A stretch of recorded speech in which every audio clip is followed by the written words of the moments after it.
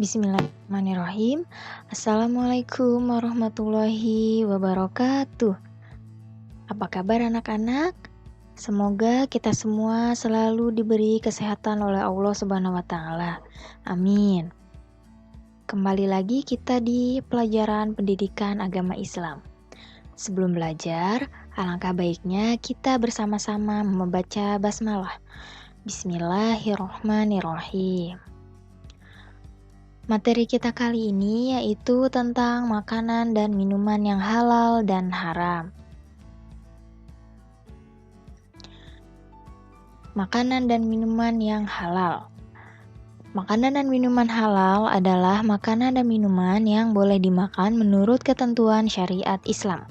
Jadi, kalau halal ini yang dibolehkan oleh syariat Islam gitu.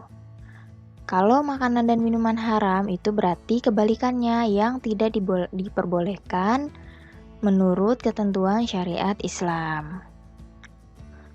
Makanan dan minuman yang dikonsumsi harus memenuhi dua syarat, yaitu halal dan thayyib atau baik. Jadi, makanan dan minuman yang kita konsumsi sehari-hari itu harus halal dan baik. Kriteria halal ada 3. Yang pertama, halal zatnya, bahan dari makanan atau minuman tersebut. Kemudian halal proses pengolahannya. Nah, proses pembuatannya atau proses pengolahannya ini juga menggunakan bahan-bahan dan cara-cara yang halal. Kemudian halal cara mendapatkannya. Nah, cara mendapatkannya itu juga harus halal, misalkan dengan cara membeli. Tidak boleh didapatkan dengan cara mencuri ya. Selanjutnya, jenis-jenis makanan yang halal. Jadi makanan halal ini apa saja? Yang pertama, makanan yang disebut halal oleh Allah Subhanahu wa taala dan Rasul-Nya. Jadi makanan yang sudah disebutkan halal oleh Allah dan Rasul-Nya itu sudah pasti halal gitu ya. Ada dalam hadis Nabi, al-halalu ma ahallallahu fi kitabihi wal haramu ma haramallahu fi kitabihi wa ma sakata anhu fahuwa mimma afalakum. Apa yang dihalalkan oleh Allah dalam kitabnya adalah halal, dan apa yang diharamkan Allah di dalam kitabnya adalah haram. Dan apa yang didiamkan atau tidak diterangkan, maka barang itu termasuk yang dimaafkan ya. Jadi sudah jelas kalau kata Allah halal ya halal gitu ya. Jadi makanan yang halal itu yang sudah disebutkan halal oleh Allah dan Rasul. Kemudian makanan yang tidak kotor dan tidak menjijikkan ya.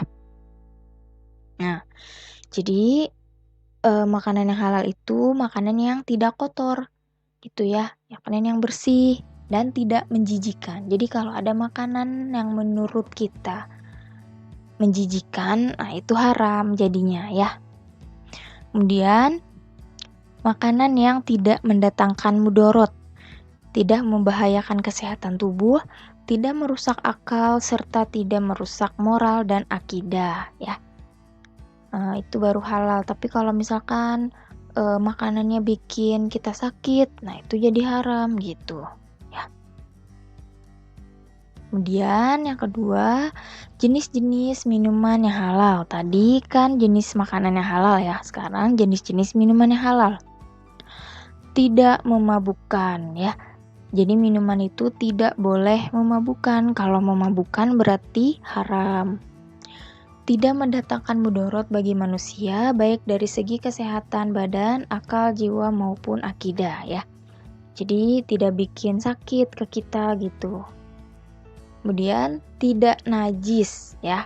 Jadi kalau ada minuman yang bercampur dengan najis itu jadi haram. Didapatkan dengan cara yang halal ya. Jadi didapatkannya harus dengan cara yang halal. Tidak boleh dengan cara yang haram seperti mencuri, merampok, nah itu nggak boleh. Selanjutnya, jenis-jenis makanan yang haram. Tadi kan jenis makanan halal ya, sekarang jenis-jenis makanan haram.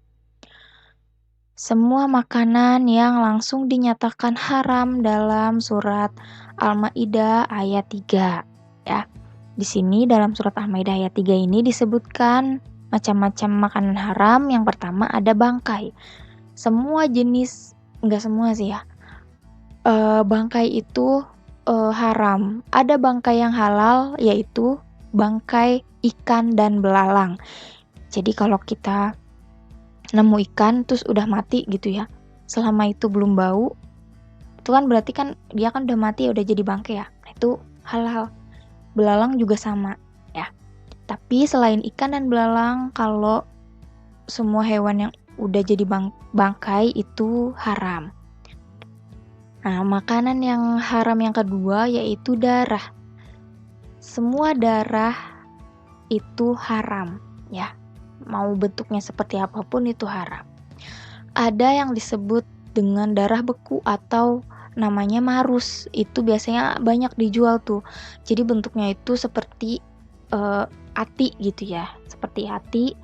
Nah, tapi sebenarnya itu tuh darah yang dibekukan, namanya marus. Nah, itu tetap haram ya karena bahannya dari darah gitu. Kemudian makanan haram yang ketiga yaitu daging babi.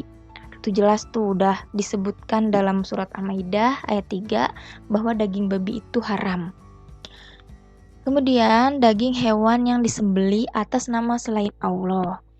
Jadi kan kita kalau misalkan nyembelih hewan pastikan bismillah dulu gitu ya. Bismillahirrahmanirrahim gitu. Itu kan artinya kita menyebut nama Allah ya. Nah, kalau misalkan ada hewan yang disembelih bukan dengan nama Allah, itu jadi haram. Kemudian hewan yang mati tercekik, dipukul, terjatuh, ditanduk hewan lain, diterkam binatang buas sampai mati, dan tidak sempat kita sembelih dulu, itu jadi haram. Misalkan ada ayam ketabrak gitu ya, ketabrak motor. Terus gak sempat kita sembelih, dia keburu mati gitu. Nah, itu jadi haram. Tapi kalau misalkan habis ketabrak, terus dia masih sakaratul maut gitu ya, belum mati, terus langsung kita sembelih, itu masih halal gitu ya. Kemudian hewan yang makanan haram yang keenam di surat Al-Maidah ayat 3 yaitu hewan yang disembelih untuk berhala. Jadi kayak buat persembahan untuk berhala gitu ya. Nah, itu haram ya.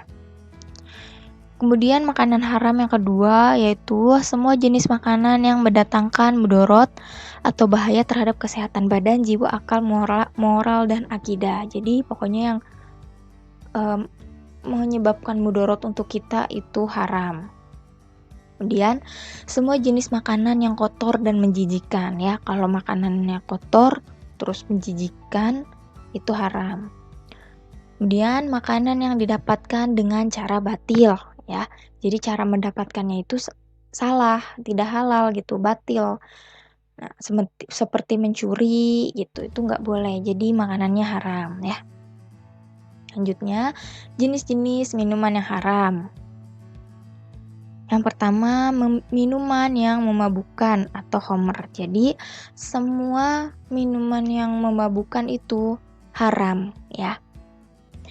Kemudian, minuman yang berasal dari benda najis atau benda yang terkena najis ya.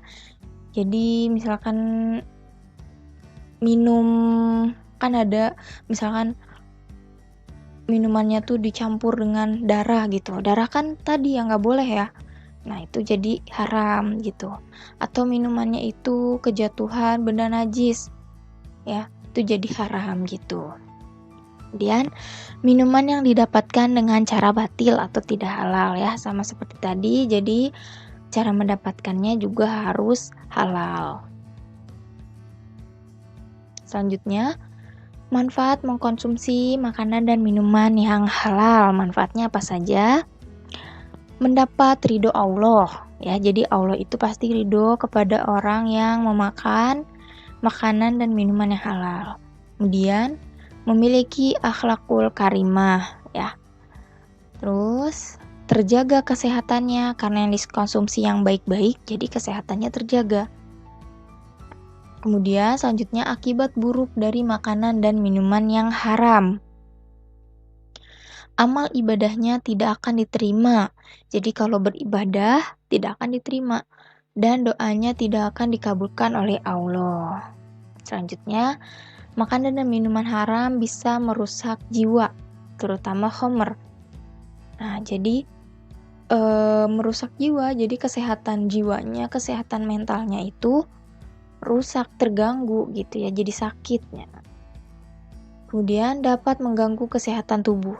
Selain kesehatan jiwanya, kesehatan raganya pun itu bisa terganggu gitu ya. Kemudian menghalangi mengingat Allah Subhanahu wa taala gitu. Jadi jarang mengingat Allah gitu. Selanjutnya ada macam-macam binatang yang halal dan yang haram. Ya. Kita bahas binatang yang halal dulu. Pertama ada binatang ternak ya.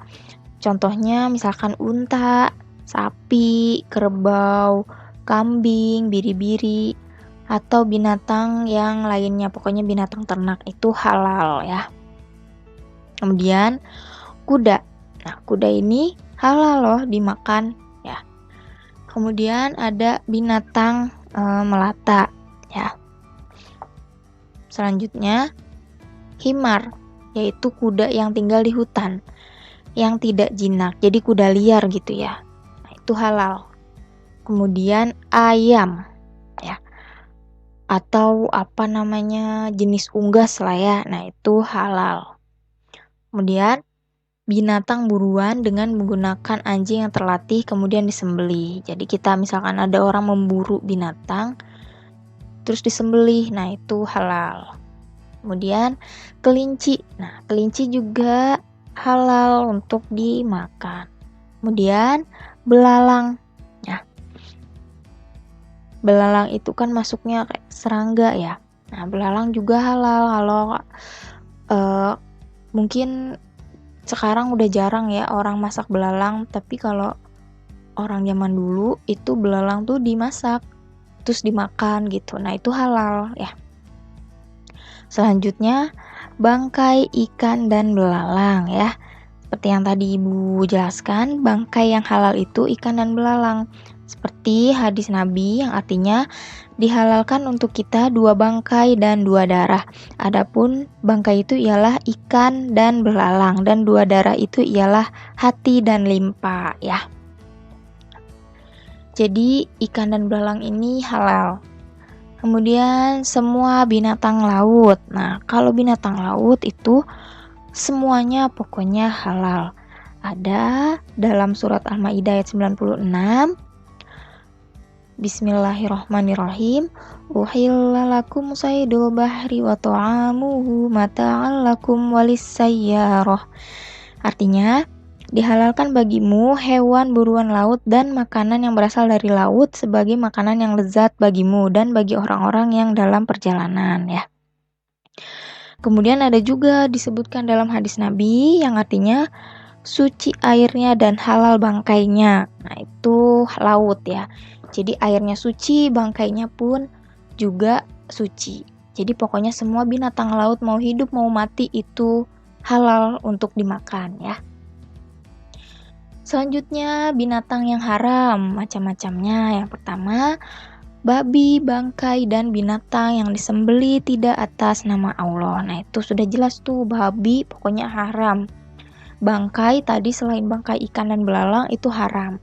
Kemudian binatang yang disembelihnya itu tidak menyebut nama Allah, itu haram ya. Kemudian yang kedua, binatang yang diperintahkan untuk dibunuh oleh Rasul, yaitu ular, gagak, tikus, anjing gila, dan burung elang. Seperti dalam hadis Nabi yang artinya dari Aisyah radhiyallahu an, ia berkata, Rasulullah SAW bersabda, 5 macam binatang yang apabila kalian bertemu, hendaklah membunuhnya, baik di tanah maupun di tanah harian, yaitu ular, gagak, tikus, anjing gila, dan burung elang. Jadi kalau misalkan kita ketemu binatang yang 5 ini, nah kita disunahkan untuk membunuh. Dan 5 binatang ini tuh haram untuk kita makan ya. Selanjutnya binatang yang bertaring dan berkuku tajam ya. Seperti dalam hadis Nabi, artinya sesungguhnya Rasulullah SAW bersabda, semua binatang buas yang bertaring haram untuk dimakan ya. Apa aja tuh yang bertaring tuh, kan banyak ya, kayak harimau itu kan tuh bertaring. Terus kucing bertaring kan, nah itu nggak boleh. Ya, tuh.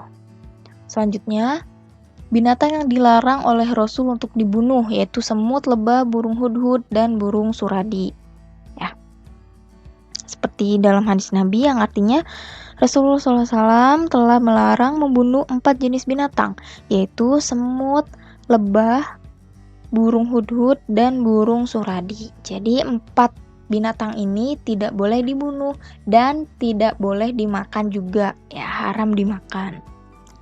Selanjutnya, binatang pemakan kotoran. Nah, sesuai dengan hadis Nabi yang artinya Rasulullah SAW melarang binatang pemakan kotoran dan susunya. Jadi, kalau ada binatang yang memakan kotorannya sendiri, nah itu haram ya. Selanjutnya, binatang yang menjijikan ya. Nah, itu kalau misalkan menurut kita ada binatang yang menjijikkan, itu haram ya. Menjijikan tuh apa? Contohnya misalkan kayak kalau ibu pribadi ya, cacing tuh menurut ibu menjijikan, terus kodok menjijikan. Nah, itu haram berarti buat ibu gitu, karena itu menjijikan bagi ibu gitu ya. Selanjutnya, manfaat mengkonsumsi binatang yang halal. Pertama, mendekatkan diri kepada Allah, kemudian menyelamatkan diri dari dosa dan maksiat, jadi terhindar dari dosa gitu ya, karena mengkonsumsinya yang halal. Kemudian, kesehatan senantiasa terjaga baik raga maupun jiwa. Menambah khusyuk dalam beribadah. Mencerdaskan pikiran, mendapat ridho Allah Subhanahu wa taala, memiliki akhlak karimah dan terhindar dari akhlak mazmumah. Jadi akhlaknya memiliki akhlak yang bagus dan terhindar dari akhlak yang tercela atau mazmumah. Mendorong seseorang untuk selalu bersyukur pada Allah. Yang terakhir, meningkatkan kebahagiaan hidup di dunia dan keselamatan di akhirat. Nah, itu manfaatnya mengkonsumsi binatang yang halal. Selanjutnya, bahaya mengkonsumsi binatang yang haram. Mendatangkan penyakit, menjauhkan diri dari rahmat Allah, melemahkan ketahanan dan kekuatan tubuh, maksudnya jadi ada penyakitnya gitu ya. Kemudian mengotori jiwa dan kebersihan hati. Kemudian mendekatkan diri seseorang kepada dosa. Ya karena kita mengkonsumsi yang haram, maka dosa itu.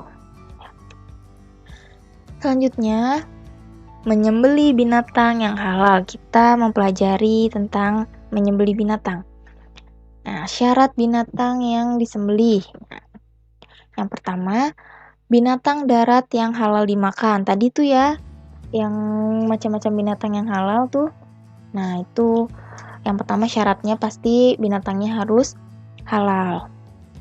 Yang kedua, binatang tersebut dapat disembelih di lehernya ya. Tapi kalau misalkan nggak bisa disembelih di lehernya, boleh disembelih atau dilukai di bagian tubuh manapun sampai binatang itu mati. Nah, itu boleh ya. Misalkan ada binatang masuk perangkap gitu ya ke dalam lubang, pastikan misalkan lubangnya tuh kecil, jadi pas dia jatuh palanya di bawah, sedangkan susah kan kita mau nyembelih lehernya. Nah, itu boleh tuh bagian mana aja pokoknya yang dilukai sampai binatang itu mati gitu. Kemudian sebelum disembelih binatang itu masih hidup ya, jadi nggak boleh udah mati terus kita sembelih, nggak boleh gitu karena statusnya udah menjadi bangkai ya. Kemudian sunah-sunah menyembelih. Yang pertama, menajamkan alat penyembelih. Jadi pisaunya itu harus tajam ya, biar tidak menyiksa binatang gitu ya. Kalau misalkan tumpul kan jadi susah gitu ya. Kemudian menghadap ke kiblat. Memutuskan kedua urat yang ada di kiri dan kanan leher mengikuti tenggorokan ya. Jadi di leher itu kan ada 2 urat kiri dan kanan. Nah, itu dua-duanya disunahkan putus gitu. Kemudian disembelih di pangkal lehernya untuk binatang yang lehernya panjang. Nah, itu harus dipangkal lehernya gitu ya. Jangan di tengah-tengah lehernya gitu ya. Kemudian digulingkan ke sebelah rusuknya yang kiri. Selanjutnya, yang menyembelih itu seorang laki-laki balik dan berakal. Jadi harus laki-laki yang sudah dewasa, yang sudah balik gitu dan berakal. Tapi kalau misalkan di daerah itu tidak ada laki-laki, nah itu boleh perempuan yang menyembelih gitu. Kemudian membaca nama Allah ketika menyembelih, yaitu basmalah, lalu diteruskan membaca sholawat kepada Nabi ya. Habis membaca bismillah, diteruskan dengan bersolawat kepada Nabi. Nah, itu sunnah ya. Oke, cukup sekian materi kita kali ini. Semoga kalian paham apa yang Ibu jelaskan. Ibu mohon maaf apabila ada kata-kata Ibu yang salah. Terima kasih. Ibu akhiri. Wassalamualaikum warahmatullahi wabarakatuh.